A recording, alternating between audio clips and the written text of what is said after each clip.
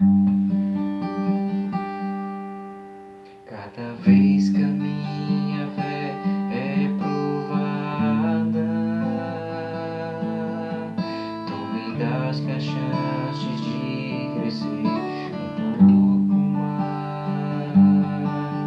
As montanhas e vales, desertos e mares que atravessam me levam para perto de ti. Minhas provações são maiores que o meu Deus, e não vão impedir de caminhar. Se diante de mim não sabe rumar, é só me fazer andar sobre as águas, homem de fé. Minha vida se retirar do teu poder, homem de fé. A cada dia eu vou ver o sobrenatural. Lutar e vencer, vou plantar e colher. A cada dia eu vou viver, homem de fé. Cada vez que a minha fé é provada, tu me dá a chance de crescer um pouco mais. As montanhas e vales, desertos e mares atravessam me levam para perto de ti. Minhas provações não são maiores que o meu Deus, e não vão impedir de caminhar. Se diante de mim não sabem voar, Deus vai me fazer andar sobre as águas, homem de fé. Minha vida se retirar do teu poder, homem de fé. A cada dia eu vou ver o sobrenatural. Lutar e vencer, vou plantar e colher. A cada dia eu vou viver, homem de fé. A cada dia eu vou viver, homem de fé.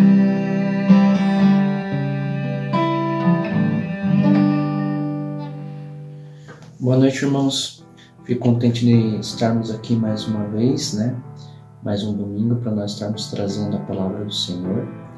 E vamos iniciar com uma breve oração. Pai querido, Pai amado, nós te louvamos e te agradecemos pelo teu amor, ó Deus. Te agradeço, Pai, pela tua direção, Pai, pela tua graça, pelo teu sustento. Te louvo, Pai, porque o Senhor nos permitiu estarmos aqui mais uma vez, ó Pai, para estarmos falando, aprendendo, ó Pai, nas tuas maravilhas, ó Pai, para nós estarmos refletindo na tua palavra, Pai, que é verdadeira, que é transformadora, Pai.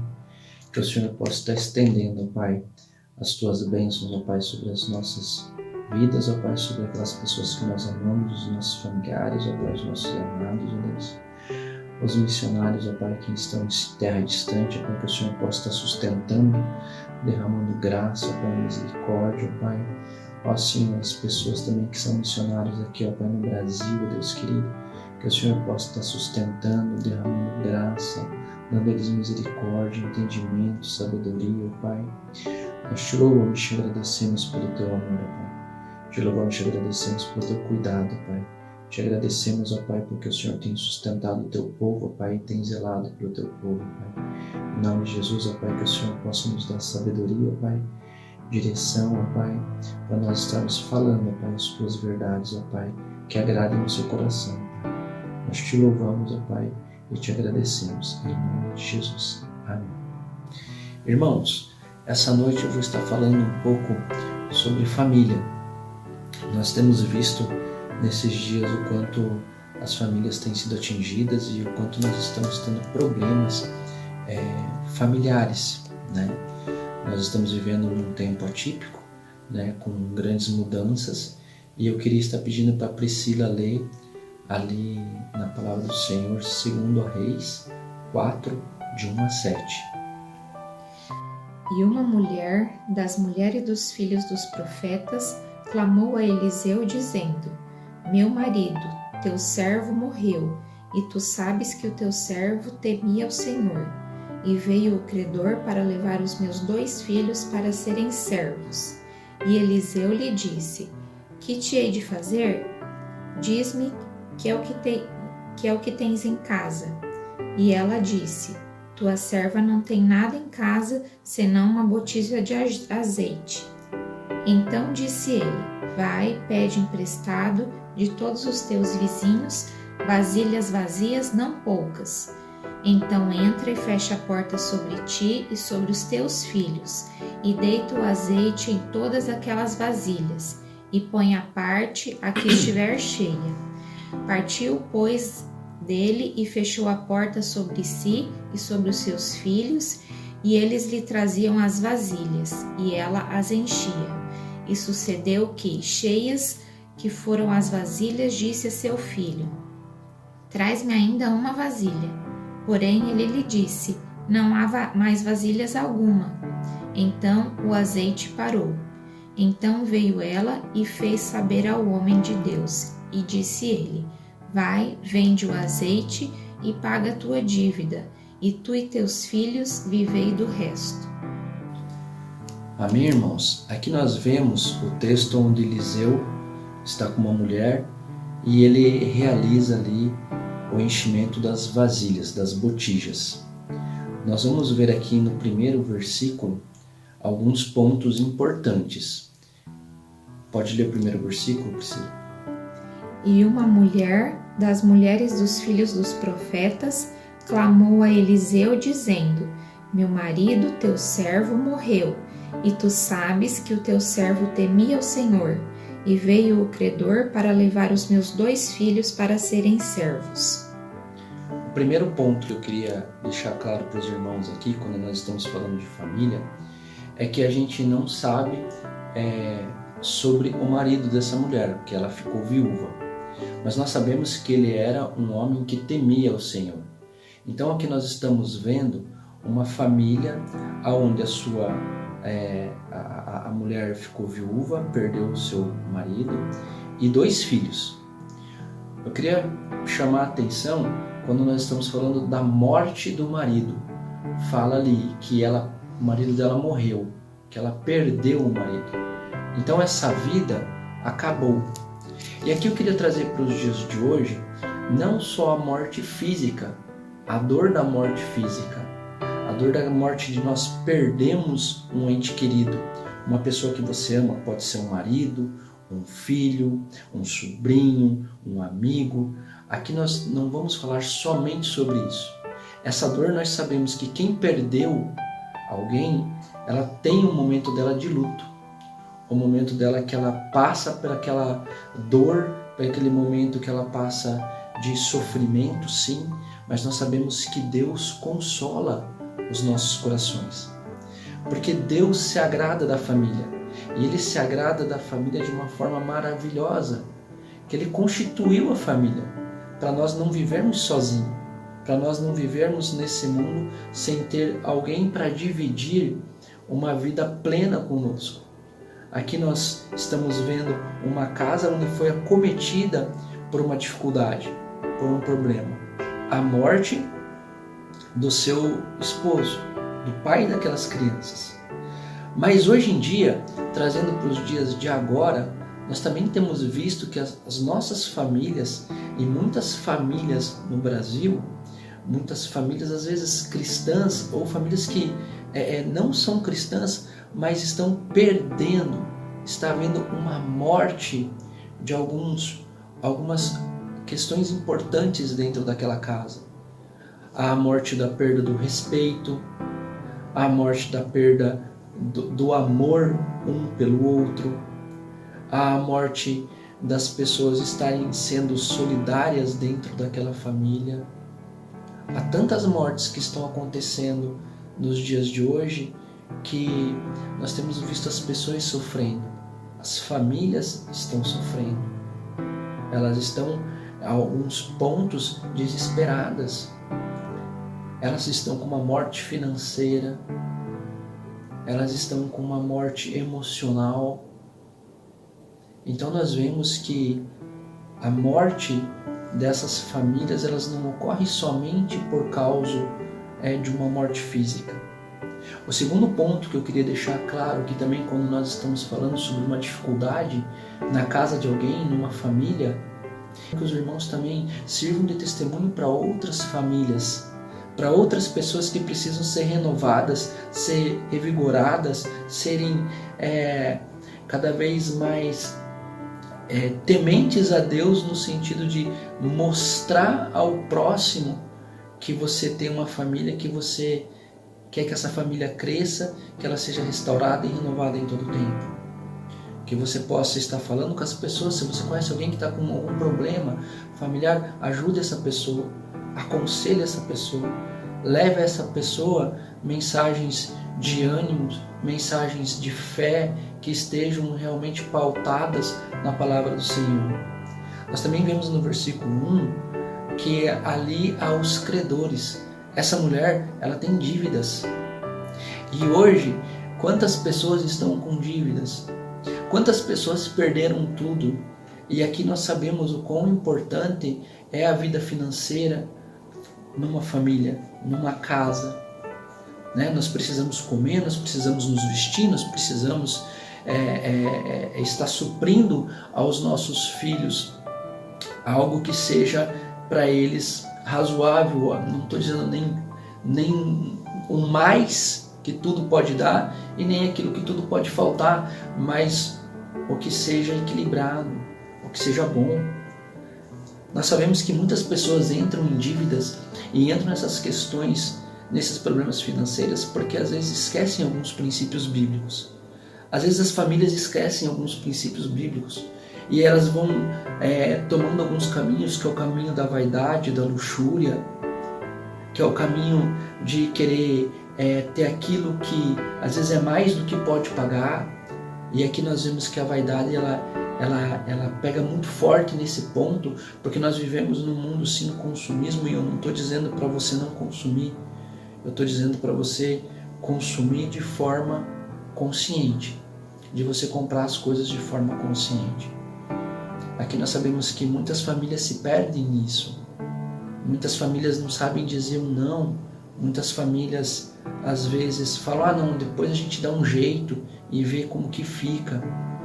Eu falo isso porque realmente essa questão financeira, ela ajuda muito, ela ajuda muito a discórdia na casa, a problemas familiares dentro de casa, a problemas com filhos, com esposa, com pais, não importa.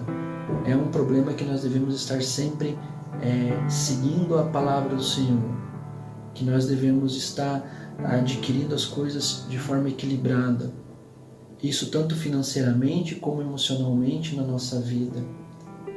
Então ali essa mulher, pelo fato, claro, do seu marido morrer, e é algo que ninguém espera, e a gente não sabe se ele ficou doente e eles já esperavam, mas o fato é que a gente não sabe quando as pessoas vão morrer e as coisas vão acontecer. Então, por causa desse fato, ela contraiu algumas dívidas. Ela estava devendo. Credores estavam batendo nas suas portas. E aí você pode ver que então ela teve a perda da morte, e aqui nós colocamos outros tipos de morte que estão acontecendo nas famílias. Ela teve um problema financeiro, e que nós temos que ver que nós devemos fugir de algumas tentações que vão nos levar a becos, né? Ou a abismos profundos financeiramente. E nós também temos visto aqui que essa mulher ela ia perder os 2 filhos. Você pode ver isso no versículo 1. Por quê? Porque os credores iriam vir e iriam tomar os seus 2 filhos. Então essa mulher, já desesperada com tudo, ainda ela iria perder aquilo que ela amava, que provavelmente é o tesouro da vida dela. Aqui ela estava perdendo a ponto de perder os seus 2 filhos. E aqui eu quero levar os irmãos a pensar, essa mulher estava sofrendo dessa forma, mas quantas famílias hoje estão sofrendo perdas de filhos para as drogas? Quantas famílias estão perdendo seus filhos para a televisão, para o ocultismo, para as questões sexuais? Quantas famílias estão perdendo seus filhos para o mundo? E aqui não vamos só falar dos nossos filhos, mas vamos falar da nossa casa. Quantas vezes nós perdemos o nosso cônjuge, às vezes por uma questão de separação, que ele olha para a grama do vizinho, que normalmente dizem que é mais verde, e nós sabemos que não é. E ali começa a ter problemas na casa, ali começa a ter problemas no seio familiar, porque daí os pais não estão mais em comum acordo, não estão mais bem no seu casamento. Quantas esposas ou maridos estão perdendo seus cônjuges para pessoas que são viciadas em jogos, para o trabalho, pessoas que não valorizam mais a casa e só o trabalho para ter, e cada vez ter mais e mais e mais, adquirir mais e mais, e não tem vivido uma vida plena com sua família. Então, o que você pode colocar e pensar em várias perdas que você pode estar tendo na sua família. Eu falo porque as pessoas, elas têm perdas diárias. A diferença é como que nós vamos estar lidando com essas perdas. No versículo 3, nós vemos uma questão de fé daquela mulher. Porque o profeta falou para ela ir nas casas, pegar botijas, vasilhas e trazer de volta. Então nós vemos que essa mulher estava sabendo lidar nesse momento com as suas perdas. Essa mulher estava tendo fé, sabendo que Deus estava no controle de todas as coisas, sabendo que Deus estava suprindo a vida dela. Porque se ela não tivesse fé, ela não ia, junto com seus filhos, falar para os seus filhos pegarem as botijas. Ela ia falar: profeta, será que vai dar certo? Não. Ou, profeta, será que realmente o Senhor vai conseguir resolver o meu problema? Ela não fez nenhuma dessas questões. Não, ela simplesmente seguiu a ordem do profeta e os seus filhos foram pegar o tanto de vasilhas que conseguirem. E fala que eles pegaram bastante vasilhas. E fala na palavra, quando os irmãos lerem todo o texto, que aquelas vasilhas elas foram sendo cheias. Fala que o pessoal entrou em casa, as crianças entraram em casa, fecharam a porta e começaram a derramar o azeite. E o azeite foi enchendo uma vasilha, 2 vasilhas, 3 vasilhas, 4 vasilhas. Eu não sei quantas vasilhas foram cheias. Eu não sei se foi 10, se foi 20, se foi 30, se foi 100. Eu não sei.